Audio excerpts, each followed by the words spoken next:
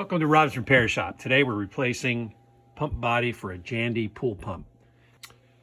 This pump motor has failed. The bearing started making a lot of noise. When I pulled it off, I noticed a lot of what appeared to be galvanic corrosion, and the bearing eventually failed. What I found was a little rivulet of water when the pump was running was dripping out of the union joint at the top of the pump body, and it turned out to be a small crack. This is the replacement, but the small crack was right there, and it looked like some little rivulet of water was flowing down on the pump, which may have caused my problem. The bonding wire was still attached, so that's what we're guessing. We're going to replace the motor, and now we're going to replace the body.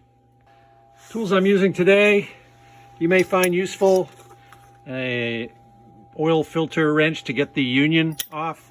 If that doesn't work, I found this spanner wrench. It actually works pretty good. It's a lot cheaper than the $80 tool that Jandy will sell you. Here's some new plugs for the pump body. Don't forget your O-ring lubricant, gloves, ratchet set, and also don't forget your knee pads. You'll be working on your knees. Here's the original installation. Here's the new motor. You can see there's already some corrosion starting to occur. It looked like to me like there was a leak in the union joint, but there's a small crack in the body. That's why we're replacing the body. So let's get to work. First I'm going to do is take these union joints off, and then we'll take this pump apart. We're always going to start here. Disconnect the electric. Pull the plug, drain the water out of it.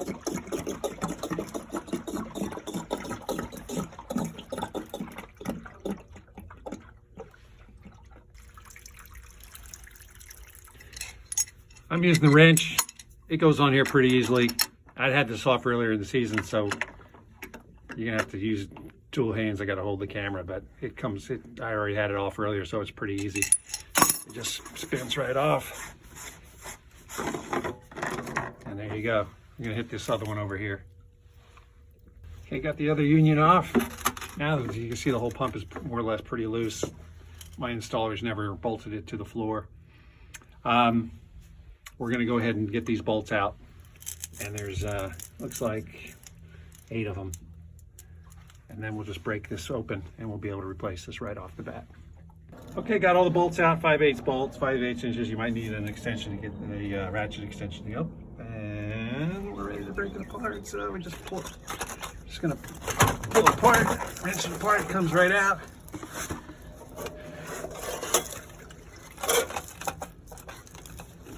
Doing this one-handed,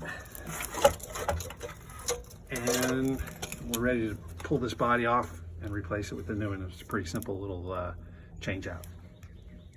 Here's the old body. The only other thing we have to do is take off this. It's the mounting stand for the motor. A couple of Phillips head screws, and they'll go right into the new body here. As you can see on the old one, there was a tiny little hairline crack right there, which was allowing the water to come out. Even if it had been anywhere else, actually, if it was on the side, I probably wouldn't have replaced it, because a little bit of hairline, a little water drip, isn't that? But this particular application, it just didn't work out. It was galvanic corrosion works very fast. So let's get to replacing these and pop the new one in. All right, we've got the motor mount reinstalled just with a couple of Phillips head screws. Next, we're going to reattach this to the union joints and reassemble the pump. You're going to want to put some pool style grease on the union joints to make sure they seal, and there's a couple of O-rings here. There's a little bit of residual grease on there. You want to make sure they're well greased up before you put it together. And then also, you do have an O-ring here. You're going to make sure that that is seated well and also greased, and then we'll put the whole thing together. All right, so I got the pump body mated to the motor. I got the bolts in there. They're still loose, and I'm going to reattach the unions. The thing about these unions, make sure you don't use the wrench to tighten them, only hand tighten. And then also when you retighten these bolts, you're going to want to not do all one side or the other, but you're going to want to alternate, just sort of like putting the lugs on your car so you don't pinch as you put it in.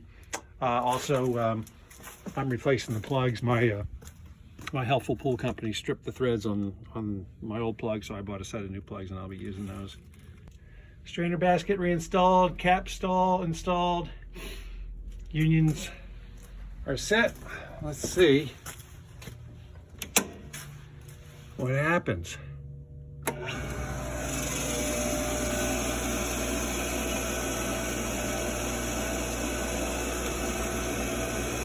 And nothing. These pumps are supposed to be self-priming, but this one's completely empty. So I'll prime it up a little bit, and then we'll see what happens.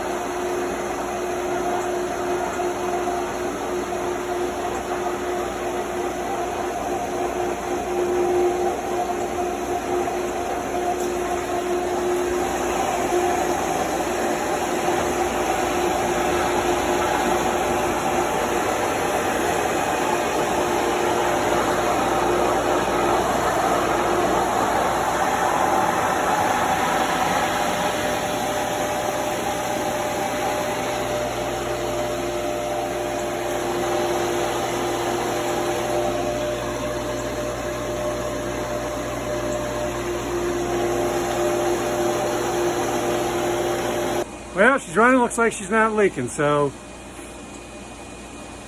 looks like this job is done. Thanks for tuning in to Rob's Repair Shop.